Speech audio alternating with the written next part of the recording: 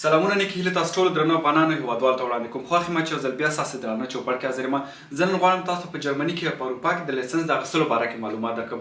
ډېر افغانانو یا ډېر خلکو د دې نه بباو جوړ کړی زموږ ستاسو د ماشومتوب په اصطلاح باندې. وروره هېڅ سخت کار نه دی. ما خپله الحمدلله په جرمني کې لایسنس اخیستی دی. څه ورکه چې دا چپه دې راسې ونیسم. ما خپله په الحمدلله په جرمني کې لایسنس اخیستی دی.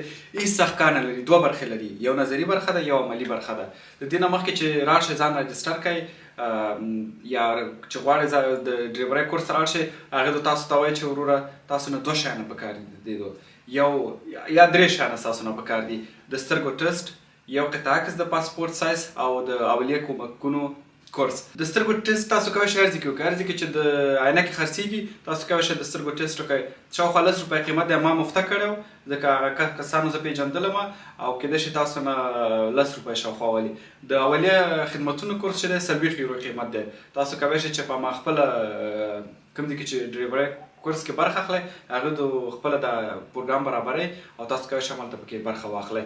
دغه سامانونه چې مو واخیستل، یو د پاسپورت سایز عکس چې ډریورۍ کورس ته مې وړلو، شاوخوا 350 یورو د راجسټر کولو.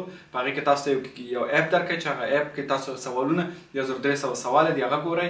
یو کتاب تاسو ته درکوي او هماغه ځای خپله په هماغه تیوري کې برخه اخلئ. په هماغه ساعتونو کې کله چې تیوري خلاصه شوله، هغه اپ باندې تاسو کوشش کوئ. اپ کې داخل کې تقریبا 800 امتحانونه دي. هماغه امتحانونه یو امتحان به تاسو نه توفل تالي همالته پریکټس کوئ. کله چې پوه شو په ځان باندې اوسوار شولی، پوه شولی چې اوس تاسو آماده سئ د امتحان ورکولو دپاره، ځئ د ډریورۍ کورس ته. هغې ته ویې چې ما ته یو امتحان بوک کړه یا ما ته یو امتحان ونیسه. نو امتحان ته ځئ، برخه له د خیر سره. کله چې کامیاب شولی، دویمه برخه د عملي ده. عملي کې ځئ، عملي موټر چلئ. که په افغانستان کې موټر چلول یې ښه تر ښه، که نه نو شاوخوا 1500 نه ډېر ساعت کلاسونه یا ساعتونه باید تاسو موټر وچلوئ. د ډبل کلاسونو قیمت چې دی 120 یورو دی. اوس قیمته شوی دی. پخوا چې ما کولو 45 یورو قیمت و. او دا چې ډبل ساعتونه حسابوئ تاسو، خو دا اصل کې 90 دقیقې کلاسونه وي. 15 دقیقې په اول ساعت کې اوس تاسو خپل دمه یا بریک حسابوئ او 15 دقیقې په دویم ساعت کې. نو 90 دقیقې تاسو درس درکوئ او 10 دقیقې اوس تاسو کې خپل دمه حسابوئ. نو د عملي چې دی بیا لږ زره قیمته دی، ځکه تیوري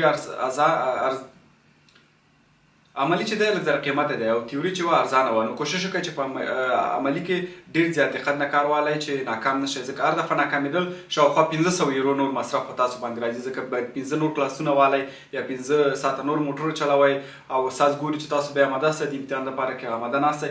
او بل دویم دفعه امتحان چې تاسو ته بوک کوئ، نو په هغې کې هم ډېر زیات وخت لګېږي. وروره دغه پروسه ده، هېڅ پکې کوم مشکل کار نشته دی. راړ شئ همدغه نن اقدام وکړئ، خپل ډرایوینګ لایسنس والئ. ډرایوینګ لایسنس په آلمان کې ډېر یا په اروپا کې ډېر زیات مهم شی دی. تاسو ډېر کاري فرصتونه پیدا کېږي. ستاسو په کار کې ډېر زیات هغه کوم وخت هم چې ضایع کېږي، هغه وخت کې کولی شئ تاسو نور اضافه کارونه وکړئ. نو که سبا ته اقدام کوئ، ځئ همدا نن اقدام وکړئ. ډېره مننه. د خدای په امان.